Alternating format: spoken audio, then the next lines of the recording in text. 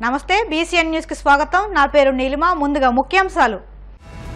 శాంతి భద్రతలకు విఘాతం కలిగిస్తే సహించేది లేదన్న భీమవరం డీఎస్పీ నారాయణస్వామి రెడ్డి। ఎస్ఆర్కేఆర్ విష్ణు కళాశాలలో పూర్తి భద్రత కల్పిస్తామని స్పష్టం।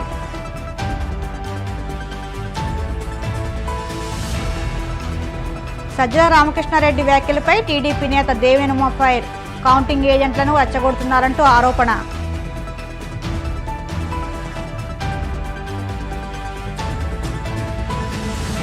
ఉండి ఎంపీడీఓ కార్యాలయం వద్ద ఉపాధి కార్మికుల ఆందోళన। 20 రోజుల కూలీ డబ్బులు బ్యాంకు ఖాతాల్లో పడలేదంటూ ఆరోపణ।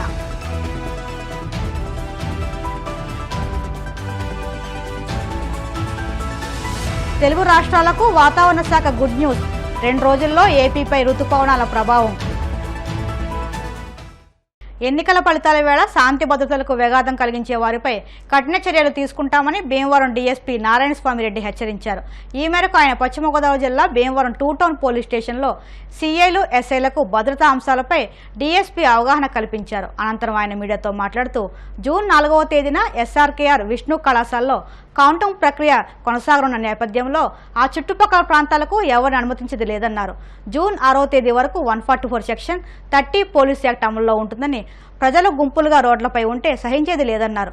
ఓట్ల లెక్కింపు సమయంలో ఎలాంటి అవాంఛనీయ సంఘటనలు జరగకుండా ముందస్తు జాగ్రత్తలు తీసుకుంటున్నామని, ఎవరైనా పుకారు సృష్టిస్తే అటువంటి వాటిని నమ్మవద్దని హితవు పలికారు।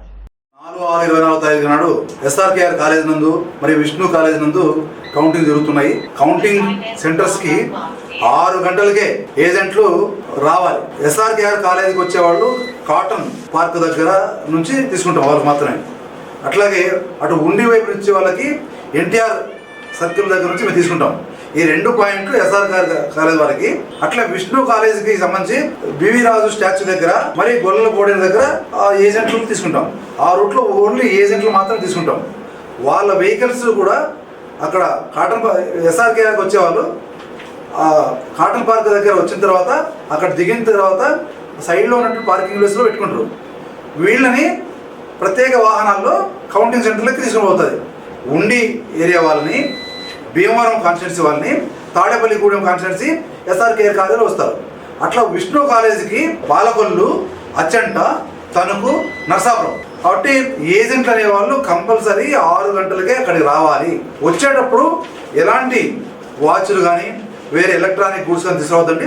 సెల్ ఫోన్ మీరు ఒకవేళ తెచ్చుకుంటే అప్ టు కౌంటింగ్ సెంటర్ బయట వరకు అలౌ చేస్తారు। అక్కడ కౌంటింగ్ సెంటర్ బయట డివైడ్ చేస్తారు। ఒకసారి సెల్ ఫోన్లు ఏజెంట్లు అక్కడ ఇచ్చిన తర్వాత మళ్ళీ రిటర్న్ పోయేటప్పుడు మీకు ఇస్తారు। మధ్యలో వచ్చి సెల్ ఫోన్ కావాలంటే కూడా ఇవ్వడం జరగదు।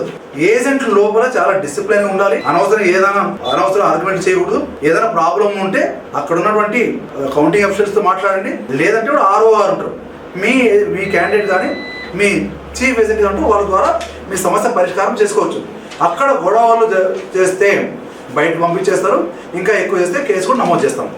పబ్లిక్ కౌంటింగ్ జరుగుతుందని చెప్పేసి బయట గ్రామాల నుంచి అంటే జిల్లాల నుంచి వారి కాన్స్టిట్యున్సీ ఇంక్లూడింగ్ భీమవరం ఎవరు కూడా కౌంటింగ్ సెంటర్ ఏరియాలోకి రాకూడదు।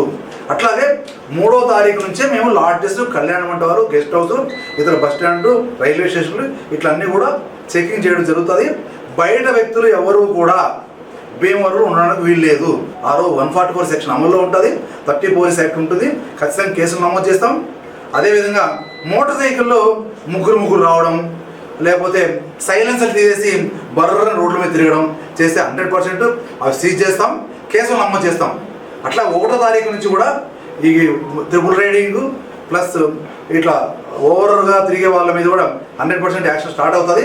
కాబట్టి దయచేసి ఎవరైతే యువకులు ఉన్నారో వాళ్ళ తల్లిదండ్రులు కూడా మీ పిల్లలకు చెప్పండి। వాళ్ళు ఇంకోటి కూడా పుకార్లు ఉన్నాయి, అంత కౌంటింగ్ సెంటర్లో ఏమవుతుంది ఇట్లాంటివి కూడా, అట్లాంటివి ఏమీ జరగదు। ఎంటైర్ సీసీ కెమెరా సిస్టమ్ జరుగుతుంది। మీ ఏజెంట్లు ఉంటారు, క్యాండిడేట్లు ఉంటారు, పోలీసులు ఉంటారు, కలెక్టర్లు, ఎస్పీలు, ఇతర అధికారులు అందరూ ఉంటారు। ఎవరు ఏం చేసే పరిస్థితి లేదు అక్కడ। అట్లాంటి రూమర్లు నమ్మద్దండి। ఇంకోటి 3వ తారీఖు, 4వ తారీఖు, 5వ తారీఖు కూడా ఎలాంటి లిక్కర్ ఉండదు కాబట్టి పొరపాటున ఎవరు తాగి కనబడినా కూడా వాళ్ళ మీద యాక్షన్ తీసుకుంటాము। దయచేసి ప్రజలందరూ సహకరించి భీమవరంలో శాంతి నెలకొల్పడానికి పోలీసులు సహకరిస్తారు। Thank you. సజ్జల రామకృష్ణారెడ్డి చేసిన వ్యాఖ్యలపై టీడీపీ నేత దేవినేని ఉమామహేశ్వరరావు తీవ్ర ఆగ్రహం వ్యక్తం చేశారు. 5 ఏళ్ల పాలనలో అడుగడుగున అక్రమాలకు పాల్పడిన వైసీపీ కౌంటింగ్ రోజున అదే మార్గాన్ని ఎంచుకున్నట్లు కనిపిస్తుందని ఎద్దేవా చేశారు. వైసీపీ ప్రధాన కార్యదర్శి సజ్జల రామకృష్ణారెడ్డి కౌంటింగ్ ఏజెంట్లను ఉద్దేశించి చేసిన వ్యాఖ్యలు దానికి ఊతమిస్తున్నాయని అన్నారు. కౌంటింగ్ ఏజెంట్లుగా ఎలాంటి వారు ఉండాలనే దానిపై సజ్జల రామకృష్ణారెడ్డి చేసిన వ్యాఖ్యలు వైరల్గా మారాయి. రాష్ట్ర ప్రభుత్వ సలహాదారు సజ్జల రామకృష్ణారెడ్డి ఆ పార్టీ చీఫ్ కౌంటింగ్ ఏజెంట్లకు కొన్ని మార్గదర్శకాలు జారీ చేశారని, వాటిని తప్పకుండా పాటించాలంటూ హితవు పలికారు. ప్రభుత్వం వద్ద లక్షలాది రూపాయలు జీతం తీసుకుంటూ గత 5 సంవత్సరాలుగా ప్రభుత్వ సలహాదారి పదవి ఎలగబెడుతూ సకల శాఖ మంత్రి సజ్జల రామకృష్ణారెడ్డి ఎన్నికల కౌంటింగ్ ప్రక్రియలో రూల్స్ పాటించేవాళ్ళు ఏజెంట్లుగా కూర్చోవద్దని వైసీపీ చీఫ్ కౌంటింగ్ ఏజెంట్లకి ఉద్బోధించాడంటే ఎన్నికల సంఘం ఇమీడియట్గా క్రిమినల్ కేసు బుక్ చేసి అరెస్ట్ చేయాలని డిమాండ్ చేస్తూ ఉన్నాను. రూల్స్ కాదేమని వెనక తగ్గేవాళ్ళు ఏజెంట్లుగా వద్దు, మనమేమి రూల్స్ ఫాలో అవడానికి అక్కడికి వెళ్ళట్లేదు, నిబంధనలు నియమాలు పాటించేవాళ్ళు ఎన్నికల కౌంటింగ్ ప్రక్రియకి వెళ్ళొద్దు. తెలుగుదేశం జనసేన కౌంటింగ్ ఏజెంట్ల మీద తిరగబడేవాళ్ళు దెబ్బలాడేవాళ్ళు మాత్రమే కౌంటింగ్కి వెళ్ళాలని సజ్జల రామకృష్ణారెడ్డి చెప్తా ఉన్నాడంటే ఇతనికి చట్టం పట్ల ఎలక్షన్ కమిషన్ నిబంధనల పట్ల ఏ మాత్రం గౌరవం ఉందో అర్థమవుతా ఉంది.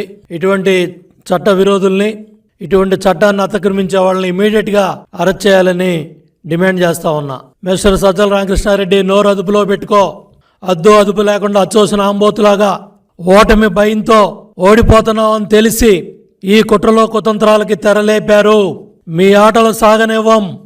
చాలా పకడ్బందీగా కౌంటింగ్ ప్రక్రియ దగ్గర చర్యలు తీసుకోవాలని ఎన్నికల సంఘాన్ని కోరుతున్నాం. ఇటువంటి ప్రకటనలు చేసే వారి పట్ల కూడా అప్రమత్తంగా ఉండటమే కాదు, క్రిమినల్ చర్యలు తీసుకొని అరెస్ట్ చేస్తే సమాజానికి ఒక సందేశం ఇచ్చినట్టు ఉంటుంది. ఎవరో కూడా భవిష్యత్తులో ఇటువంటి మాటలు ఎన్నికల సంఘం గురించి కానీ కౌంటింగ్ ప్రక్రియ గురించి కానీ ఎల్ఏ ఏజెంట్లకి ఇటువంటి హింసాత్మక ధోరణిలో సందేశాలు ఇస్తున్నారంటే వీళ్ళు సమాజంలో ఏం సందేశం ఇస్తూ ఉన్నారు, ఎటువంటి మెసేజ్ ఇస్తూ ఉన్నారో అర్థమవుతూ ఉంది. వెంటనే ఎన్నికల సంఘం స్పందించాలి, పోలీస్ యంత్రాంగం కూడా స్పందించాలి. ఈవీఎం ధ్వంసం చేసినాడిని పిన్నెల్లి రామకృష్ణారెడ్డిని సమర్థిస్తూ ఉన్నాడు. వీడియో ఎలా బయటకు వచ్చిందని మాట్లాడుతున్నాడు తప్ప అది చేయటం దుర్మార్గం, ధ్వంసం చేయడం కరెక్ట్ కాదు, చర్యలు తీసుకోవాలి, లోపల పెట్టాలి, యాక్షన్ తీసుకోమని అంటలా సజ్జల రామకృష్ణారెడ్డి. ఆ వీడియో ఎట బయటకు వచ్చిందని ఏడుస్తూ ఉన్నాడు.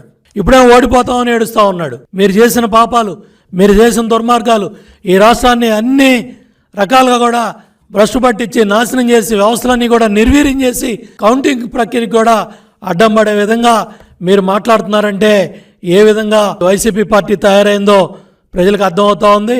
మీ బెదిరింపులకి భయపడేది లేదు, ఎక్కడైనా సరే నిబంధనలు ఉల్లంఘిస్తే సహించేది లేదు. మనమేమీ రూల్స్ ఫాలో అవడానికి రాలేదు. రూల్స్ అంటే వెనక తగ్గేవాళ్ళు ఎవరో కూడా కౌంటింగ్ ఏజెంట్కి వెళ్ళొద్దు. టీడీపీ జనసేన ఏజెంట్లకి ప్రతి విషయంలో అడ్డం జరగాలి. తప్పులు చేసినా పర్వాలేదు, మేము కాపాడతాం. ఏం మాట్లాడుతున్నావు? బుద్ధుందా? వయసు వచ్చినా సరిపోయిందా? ప్రభుత్వ జీతం తీసుకుంటూ తప్పులు చేసినా పర్వాలేదా? తప్పు చేయొద్దు, తప్పు జరగకూడదని చెప్పాల్సిన వాళ్ళు తప్పు చేసినా పర్వాలేదు, మేము కాపాడతామనే బాధ్యత లేకుండా మాట్లాడుతున్నారంటే ఎంత బుద్ధి లేని మాటలు మాట్లాడాడో సజ్జల అర్థమవుతూ ఉంది. ఇవాళ శాంతి భద్రతల విఘాతానికి కానీ ఎన్నికల ప్రక్రియకి ఎటువంటి ఆటంకాలు కల్పించినా, బహిరంగ వ్యాఖ్యలు చేసినా ఇమ్మీడియట్గా చర్యలు తీసుకోవాల్సిన బాధ్యత ఎన్నికల సంఘం మీద కూడా ఉంది. ఇమ్మీడియట్గా సజ్జల రామకృష్ణారెడ్డిని అరెస్ట్ చేయాలి. ఈ మాట్లాడిన మాటలు కూడా సాక్షి పత్రిక కావచ్చు, సాక్షి మీడియా కావచ్చు, బ్లూ మీడియా కావచ్చు, గంటకి ఏదో ఉద్ధరించినట్టుగా, ఏదో బ్రహ్మాండంగా మాట్లాడినట్టుగా ఎన్నికల్లో ఈ హింస ప్రేరేపించడానికి, కౌంటింగ్ ప్రక్రియలో గొడవలు జరగడానికి రెచ్చగొట్టే విధంగా కూడా ఈ సాక్షి మీడియా, సాక్షి ఛానల్ ఇవన్నీ ప్రవర్తిస్తూ ఉన్నాయి. ఆ యాజమాన్యాల మీద కూడా చర్యలు తీసుకోవాలని చెప్పి కూడా ఎలక్షన్ సంఘాన్ని కోరుతా ఉన్నాను. ఎన్నికల కౌంటింగ్ ప్రక్రియ కూడా సక్రమంగా జరగాలి. ఈ దుర్మార్గులు ఓడిపోతామనే భయంతో ఓటమే కళ్ళ ముందు కనపడతా ఉంది. అందుకనే పిచ్చి ప్రేరేపణలో అక్కడ పోతున్నాం, ఇక్కడ పోతున్నాం, అది జరుగుతుంది, ఇది జరుగుతుందని పగటికల్లగంటూ అడ్డదిడ్డంగా ఈ పిచ్చి ప్రేరేపణలు మాడుతున్నారు. వీటన్నింటినీ ఖండిస్తున్నాం. మీ ఆటలు సాగో, మీ కుట్రలు సాగనేవో. ఇవాళ ఈ కాన్స్పిరసీ కేసు కూడా బుక్ చేయాలి. ఇది కాన్స్పిరసీ కుట్ర, ఇది కుట్ర కోణం బయటపడింది. దీనికి కుట్రదారులు A1 Jaganmohan Reddy, A2 Sajjala Ramakrishna Reddy, A3 Dhananjaya Reddy, A4 Raghurama Reddy, అట్లాగే వీటన్నిటికీ మూలం ఆద్యుడు చీఫ్ సెక్రటరీ జవహర్ రెడ్డి. జవహర్ రెడ్డి అక్కడ ఉన్నాడు కాబట్టే వీళ్ళ ఆటలు సాగుతున్నాయి. ఈ పిచ్చి ప్రేరేపణలో మాట్లాడుతున్నారు. తిరుమల వెంకటేశ్వర స్వామిని నైవేద్య విరామ సమయంలో సినీ నటుడు వాసుదేవరావు దర్శించుకున్నారు. దర్శనం అనంతరం ఆలయ రంగనాయక మండపంలో వాసుదేవరావు వేద పండితులు వేద ఆశీర్వచనం చేయగా ఆలయ అధికారులు తీర్థప్రసాదాలు అందజేశారు. అనంతరం ఆలయం వెలుపల పలువురు అభిమానులు భక్తులు ఆయనతో ఫోటోలు దిగారు. తమ డిమాండ్లు పరిష్కరించాలని పశ్చిమ గోదావరి జిల్లా ఉండి ఎంపీడీఓ కార్యాలయం వద్ద ఉపాధి హామీ కూలీలు నిరసన వ్యక్తం చేశారు. ఉపాధి కార్మికుల సమస్యలను పరిష్కరించని టెక్నికల్ ఫీల్డ్ అసిస్టెంట్లపై చర్యలు తీసుకోవాలని డిమాండ్ చేశారు. గత ఏడాది సుమారు 200 మంది ఉపాధి హామీ కూలీలకు 20 పని దినాలకు నగదు చెల్లించాల్సి ఉందని తెలిపారు. ఆ డబ్బులు ఇప్పటికీ తమ బ్యాంకు ఖాతాలో జమ చేయలేదని, దీనిపై అడిగితే అధికారులు దురుసుగా ప్రవర్తిస్తున్నారని మండిపడ్డారు. తమ సమస్యలపై చర్యలు తీసుకోవాలని ఎంపీటీఓకు వినతిపత్రం అందజేశారు. అలాగే తమ పట్ల నిర్లక్ష్యంగా వ్యవహరించిన టీఏ ఓమేగారాజు, ఎఫ్ఏ మహేష్లపై చర్యలు తీసుకోవాలని డిమాండ్ చేశారు. ఆంధ్రప్రదేశ్ వ్యవసాయ కార్మిక సంఘం రాష్ట్ర ఉపాధ్యక్షుడిని, ఉండి మండలం ఉండిలో ఉపాధి కూలీలకు సంబంధించి గతంలో బకాయిపడ్డ కూలి డబ్బుల కోసం, అలాగే ఇప్పుడు పనిచేస్తున్న కూలీల పట్ల ఎవరైతే టెక్నికల్ అసిస్టెంట్ గా ఉన్నాడో ఒమేగా రాజు గారు ఆయన ప్రవర్తిస్తున్న దురుసు ప్రవర్తన మీద ఈరోజు ఎంపీడీఓ కార్యాలయం దగ్గర ఈ నిరసన కార్యక్రమం చేపట్టి ఎండూ గారికి ఎంత పత్రం ఇవ్వాలని చెప్పేసి ఈ మండల వ్యవసాయ కార్మిక సంఘం ఆధ్వర్యంలో ఈ కార్యక్రమం చెప్పడం జరిగింది. ఆయనకి ఇవ్వండి, నేను వచ్చి పరిష్కారం చేస్తుంది పన్నాడైనా. తర్వాత ఎన్నికల 4వ తారీఖు కౌంటింగ్ అయిన తర్వాత మళ్ళా నాయకత్వం కలిసి పోయిన సంవత్సరం వర్క్ చేయించామండి. చేయించినా సరే బిల్లులు పడలేదండి. చాలా వరకు కూడాను చాలా ఇబ్బందులు పెడుతున్నారండి. బిల్లులు పడాలంటే కనుక మీరు మాస్టర్లు ఇవ్వలేదు, డిమాండ్లు ఇవ్వలేదు, ఇవ్వకుండా అమౌంట్లు ఎలా కొడతాము చేస్తాము అన్నట్టుగా మాట్లాడుతున్నారండి. మాస్టర్లు అయితే వాళ్ళు ఇచ్చారు, మేము సంతకాలు పెట్టించాము, అన్నీ చేసాము, కావాలంటే మా దగ్గర ఆధారాలు కూడా ఉన్నాయండి, చూపించమంటే చూపిస్తాము. కానీ డబ్బులు అయితే పడలేదండి. మెయిన్ కాలో చేయించారు, ₹1 కూడా పడలేదండి. ఫస్ట్ మాస్టర్ అయితే ఫుల్గా వేసారండి. రెండో మాస్టర్ వచ్చేటప్పటికి 7 రోజులు మాస్టర్కి వచ్చి 4 రోజులు కొట్టారు, 3 రోజులు మానేశారండి. లాస్ట్ మాస్టర్ వేసారండి. మధ్యలో మాస్టర్ ఏమైందంటే వస్తుందమ్మా కంగారు పడకండి, ఈ పడినప్పుడు అవి పడవా అన్నట్టుగా మాట్లాడుతున్నారండి. తర్వాత ఏమో మన మార్కెట్ యార్డ్లో మీటింగ్ పెట్టారండి. 2 రోజులు డబల్ చేయించారండి, 1:30 వరకు కూడా. ఒక్క మాస్టర్ కూడా వేయలేదండి. తర్వాత మా కుర్రోళ్ళని తీసుకెళ్లి ఆఫీస్ వర్క్లని అక్కడని ఇక్కడని చేయించుకుంటున్నారు. వాళ్ళకి బిల్లులు పట్టలేదు. మరి వీళ్ళందరికీ మేము సమాధానం ఏం చెప్తామండి? వాళ్ళేమో మాకు డబ్బులు పట్టలేదు, చేయట్లేదు, ఏంటి మీరు ఏం చేస్తున్నారో, మేస్తులు తినేస్తున్నారా లేకపోతే మీ అకౌంట్లో కొట్టించుకున్నారా అన్నట్టుగా వాళ్ళు మాట్లాడుతున్నారు. మాకు పోయిన సంవత్సరం దగ్గర మనిషికి వచ్చి 15 రోజుల దాకా పడాలండి. ఒక్కొక్కరికి 16 రోజులు 15 రోజుల దాకా పడాలండి. చాలా మందికి 20 రోజులు 21 రోజు కూడా పడవలసిన వాళ్ళు ఉన్నారండి. ఇంకో కొంతమంది అలా అయితే మరి వచ్చేవాళ్ళు ఎవరు వరకు రావాలంటే రారు కదండి. అసలు మేము ఇంత కష్టపడుతున్నాం, మేము 250 కోసం ఈ మగోళ్ళు కాకేసి ఆడవాళ్ళు కాకేసి ఫోన్లు కొట్టి వాళ్ళు కొట్టి వీళ్ళు కొట్టి బతిమలాడి సార్లతో మాటలు కాసి వీళ్ళతో మాటలు కాసి చేస్తున్నాం. కానీ కనీసం మా వెనకాల మా హస్బెండ్ కూడా ఒక బిల్లు కొట్టుతానన్న మాట కూడా అంటలేదండి. కొట్టనని అన్నారండి. ఇప్పుడు వరకు కొట్టారు కానీ ఇప్పుడు నుంచి కొట్టనని చెప్పి సంవత్సరం 43 రోజులు చేశానండి. 32 రోజులు నాకు వచ్చినాయండి. ఇంకా 11 రోజులు వస్తాయండి. లేని బోధులు పెట్టించి మొత్తం కాలువలోని చేసాం, లేని బోధులు పనులు చేసాం. 11 రోజులు డబ్బులు లేకపోయినాయండి. ఈ సంవత్సరం మరి అడుగుదామని వచ్చాము. ఈ సంవత్సరం డబ్బులన్నీ బాగానే వస్తున్నాయండి చేసినాయి. కిందటి సంవత్సరం మాత్రం 43 రోజులకు 32 రోజులే పడినాయి. 11 రోజుల డబ్బులు కూడా పడలేదు. కాలువలో దిగి కుళ్ళిపోయిన చెత్త ఆకులు మరి అలాగే ఆడవాళ్ళని చెత్త చెదారం అలాగే చేసామండి. మిగతా డబ్బులు రావాలని టీఏ గారిని అడుగు. ఇప్పుడు కాసేపు ప్రకటనలు.